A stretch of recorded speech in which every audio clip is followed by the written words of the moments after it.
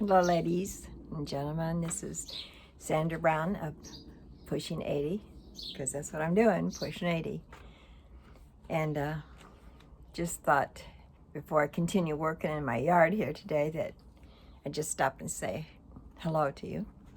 And I managed to get my pots planted, some geraniums, which I'll show you in a minute. Just thought I'd just stop and talk with you a little bit about what's going on. My sister, Debbie, came to visit me for a couple nights. And my brother-in-law, Tim, which I dearly love, decided to just let Debbie come by herself so we could have some time together. So that was really nice. And anyways, after she left, I was wore out because we wear each other out. But we had so much fun. And my sister is, well, almost 14 years younger than I am. And I was kind of a built-in babysitter because I had been the baby with two older brothers. And I had just discovered boys, and I had to babysit with Debbie all the time. And my grandma lived with us and take care of her. And anyways, her and I were not close. And then I think when she was maybe 13 years old and I was going to church and start bringing her to church with me, and she turned her life around, and she's a good Christian woman who totally loves the Lord, and my mom used to say to me, "You'll be glad I had her one day." And it's true. I'm very glad my mom had Debbie. So, anyways, one of the reasons she came up is because a church that we used to go to years and years ago, the pastor he's gone now, and he's passed away, and his wife is still living. Her name is Ruth Muncie, and it was her 90th birthday, and so her son Philip Muncie said, he was telling me, he says, I'd rather have this celebration where Mom's here to see everyone and celebrate than to wait till she's passed away. I thought that was such a great idea. And wow, what a birthday party. They had all of us who used to go there come up on stage and sing a song that she had wrote called Hallelujah Anyhow. And she was going through a really rough time, which she did. It's just something she just spur of the moment did, but she's a great songwriter. A wonderful lady. So anyways, I kept thinking, oh, when they call us up there, and I had on like little kitten heels, not too high, but there was no railings, and the stairs were like kind of a marble looking rounded staircase. And I'm thinking, oh, what if I fell, in front of all these people? And I said to my sister, we need to hold each other's hand when we go up there. But it was so nice. As soon as we stood up, a man reaches out with white gloves on, and another man on the other side to escort us up there, up the stairs. And then when we sang, down the stairs again. And then afterwards, we went back, and they had all kind of food back there. We all got to visit. It's so nice. People I haven't seen in so many, many years. Then the next day, we went out to Miller Beach because my granddaughter lives there, and my great-grandson, who's, how old is he now? Month? Yes, about a month old. And his name is Ren, and he's adorable. And I didn't have him for 5 minutes, and he pooped on me. I guess he initiated great-grandma. So anyways, we went out, we all ate together and had such a nice visit. And they live right across the street from the beach, and so you can see the Chicago skyline. It was just so neat. And then after that, let's see, was it the next day? Yeah. Then we went to, it was yesterday. Then we went to a local nursery, and we bought a few plants, and I found that mortgage lifter tomato plant.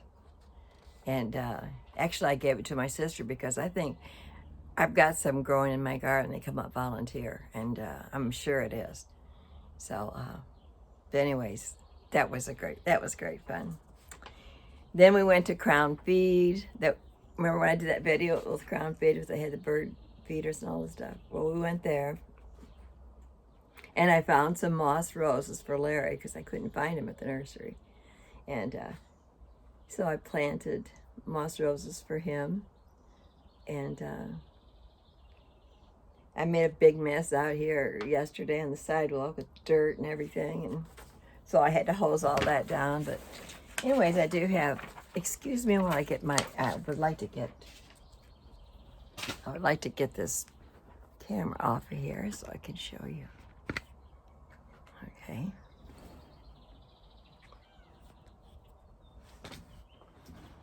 The problem is when I turn it around, I can't see what I'm showing you. Huh.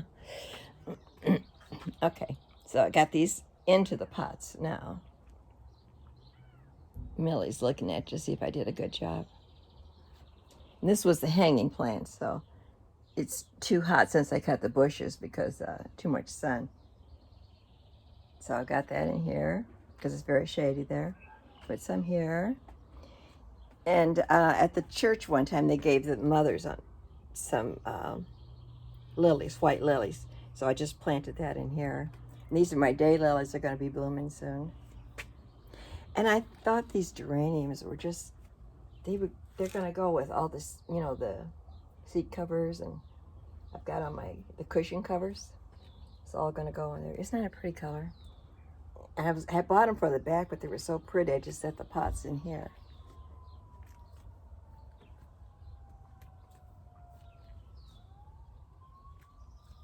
Isn't that lovely? I love geraniums. Okay, I got to get some kind of a hanging plant here. And as you can see what I did, I pulled out the chairs because this is how I did my video while I was sitting here. I had the tripod set up. Hi, Millie. What are you doing, honey? And then out here, that was where the bird bath is. And that's the moss roses I planted in there. Temporarily, I'm sitting there, I'm not sure. I heard that there was some kind of a disease going around, and they're saying not to put water in the feeders. I don't know if that's true. The lady told me that down the street. And out there in the street, you can see that clematis vine is so big that the mailman can't hardly open. He can't hardly open that up at all, the mailbox. Okay, well, I'm gonna make this a short video, and because I don't know how to splice them together yet. This was a little thing I had. You can put seed in or water and just set it in here with this. And the bushes are finally starting to come back after I was so cruel, but they just were huge. Okay, ladies, I'll talk to all of you later. And if you're wondering about why this hair of mine is so curly, it's because this is my real hair. And that's another story that I'm going to be telling you about, because I had COVID really bad, and the stress of taking care of Larry and putting him in the nursing home, my hair was coming out in handsful. It was horrible. I was just taking it out of the sink and throwing it in the toilet. Just awful.